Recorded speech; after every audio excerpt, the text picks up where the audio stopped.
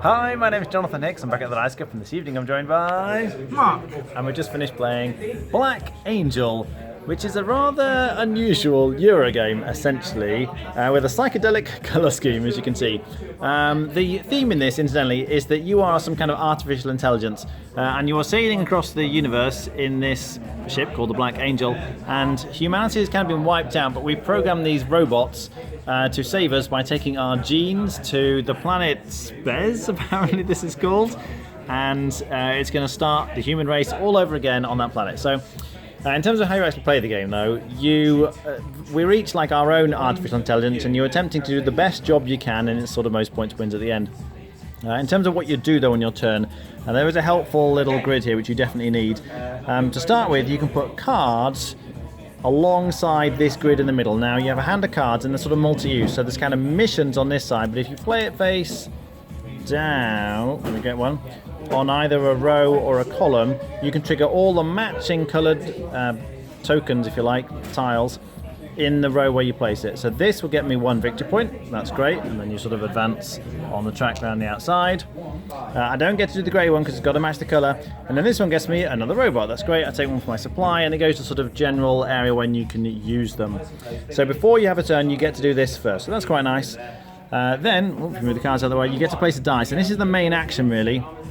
You're going to have a bunch of dice in your area. In fact, these have been used, so let's just imagine if I take some of these, that I have these dice in my area.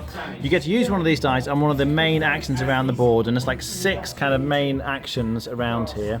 Now, 3 of them are fairly straightforward. Your dice have to match the colour, so if I want to do this action, it has to be a yellow dice. If I want to do this one, it would have to be a green dice. But there are 3 that let you move in space. Like this board represents the Black Angel ship, and you can take your robot in your ships, you kind of can get ships, and then you can fly out into space, and you can see there's various cards on the board here, and you can do missions. So this is doing a yellow mission, that's a grey mission, and that's a green mission. So that's 3 of the possible 6 actions. And in terms of how you do it, the number of pips indicate how far you move. So you take your ship, you get one of your previously activated workers, plonk him in the ship, and then you sail out, or fly out, from the Black Angel ship, as I say, up to 3 spaces. And this is where the other side of the card becomes important. So for example, if I wanted to do this grey mission, I would need to fly to a grey planet. So in this case, I could go up to 3, so I can go 1, 2 here, and then I can plonk this mission down, and you need to put another guy, quite robot intensive, these missions. So you plonk this here, and you're going to get a victory point just for plonking it down. But then you see the little red arrows here. As the ship flies through space, and I'll explain how that does in a second, gradually the cards are going to move further and further, you can see, to the back here, and when they drop off the bottom, this is going to trigger, and I'm going to get 3 points for every green card that I've got on the board at that point. So having put that there, I'd want to then try and get my green cards kind of out into space and put missions there. So that's one kind of mission. When it drops off the bottom, you're getting typically points. There's another kind of mission which is like this one, which is when you spend whatever dice you spend here, you can then cash in stuff for points, for example. So in this case, there are these red cubes. I'll come back to those in a sec. But you can, depending on how many pips you use, up to 3, you can spend up to 3 cubes for 2 points each. So those are your 2 kinds of missions. And quite a lot of the game is sending your robots out into space, putting the right sort of missions in, and then kind of triggering them to get the points, or as I say, waiting for them to drop off. So those are the flying out into space things. But also, you might notice there are these red cubes all over the board and these red cards, and these are bad. We get attacked by these things called Ravagers, and there's 2 ways you can deal with Ravagers. One is you can go to the get rid of the card space, and for every pip you can effectively remove a card, because these cards, when you take this action, do bad things. So for example, this puts a red cube on top of a dice, and when you take this dice, you're going to lose a point for the red cube on it, so you don't want that to happen. So you want to kind of get rid of these cards, so this is the action to get rid of the cards. You also obviously want to get rid of the cubes, because having the cubes here kind of makes the actions like not as good. For example, it reduces 1 from the pip on your die, or other negative things potentially. And obviously you can then remove them here to stop yourself losing the points. So you want to go here to remove these like damage cubes, so that's that action there. And the final action is this one here, which is the technology ones, which is how you're getting the tiles on your board in the first place. There's a kind of offer here, so you can see the pips at the bottom, however many pips. You take the appropriate tile, and then it slides in a particular area. So I might want to push it in here, and then it would slide up, and they'd all move into the spaces here. So you can see we've arranged the grey ones here so that when you put a grey card here, you're activating all at once. So this is quite a nice sort of little consideration. Also, quite important, this you can, when you do this technology action, you can spend your pips to get end game scoring. So this is going to give me 2 points at the end of the game for every yellow tile I've got on my board. There's a whole bunch of these different things to get you points for different things. But again, you can see there's one here. You'd slide it in and it sort of push them off. But if you then slid another one in somehow later on, if you slide it in, it goes over to this other section here. Now, when the cards drop off the bottom, they accumulate at the side here.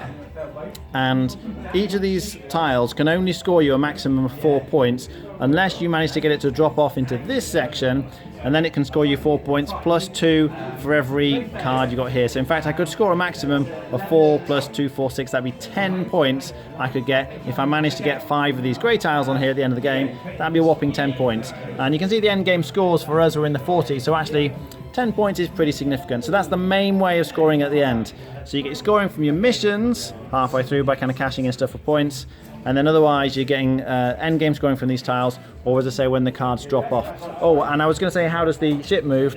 Instead of doing all this with the dice, obviously you're going to run out of dice as you keep spending them. You're going to use them, they're going to go away. What do you do when you've got no dice? Well, you then get dice according to how many robots you've got in these different sections around the outside. So in this case, red's going to get 2 green robots, one grey dice, and there's 3 red, so you get 3 yellow dice. So you kind of take your dice and you roll them, and when that happens, then the ship moves. Also, the cards go away, they get reset, and the ship kind of advances 1 space. The bottom tile, if we lift this up, this is when the things would trigger, but all those cards would trigger and score. Then this flips around and would kind of go on the end, and we slide the whole thing down. I won't bother doing it, but that's how the ship is then gradually advancing through space. So quite a lot of different bits there, but hopefully you get a feel for what's going on. What do you think? Yeah, I think it's great. I love how all the individual components intermix with each other. I like the fact that I create my own technology boards, so I get my own little special powers that's different to everybody else. I like the thoughts about the dice. I like how I can score very differently to other people depending on what cards I'm putting out, what advanced technology like endgame score I'm getting. I think the main thing I like is the way I'm constantly being affected by other players and have to be aware of it. There's another game of brass going on at this moment. It kind of reminds me of that, in the fact that by people, they go in there, they go and bring a load of Ravagers, the Ravagers come onto the board, suddenly my dice get weaker, and it's like, because they've done that, I'm probably better actually removing some of these tokens, some of the damage off the board, and then using that ability to help with other things later, or maybe get rid of some Ravage cards. And it feels constantly like everything's in just lightly interconnecting with everything else. I guess the biggest complaint is the teacher's a little bit tricky, but yeah, I'm not surprised with the amount going on, but I really enjoyed it. Rating? It's the best game I played this year, so I give it a 9. Wow, okay.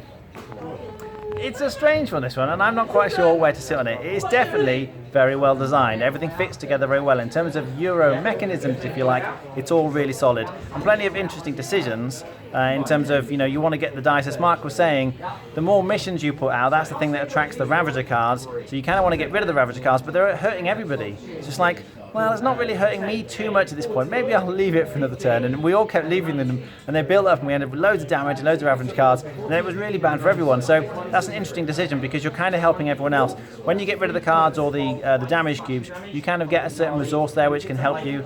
There's a lot going on in this game. There's a few rules I've not explained at all, but there's ways of benefiting a little bit effectively when you get rid of the Ravager cards and the cubes. So that's nice.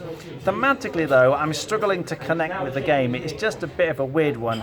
It feels like they've sort of pasted this theme on, I have to say. Mechanisms, really, really solid, but I struggle to feel like I'm doing something meaningful in that sense. You put the cards out on the board, you get the points that way, you convert your resources to points, you grab the tiles. It's really nice, but I mean, you can strip the theme away, and I don't think it would really affect the game very much at all. The artwork is well done, but again, it's just quite strange. The whole game is just quite strange, so I'm not really sure where it sits with me. I think I'll be on a 7 out of 10, but probably if you're just happy with the Euro mechanisms, you probably rate it higher if you like that kind of thing. It is, as I say, very well done. Right, thanks for watching. That was Black Angel.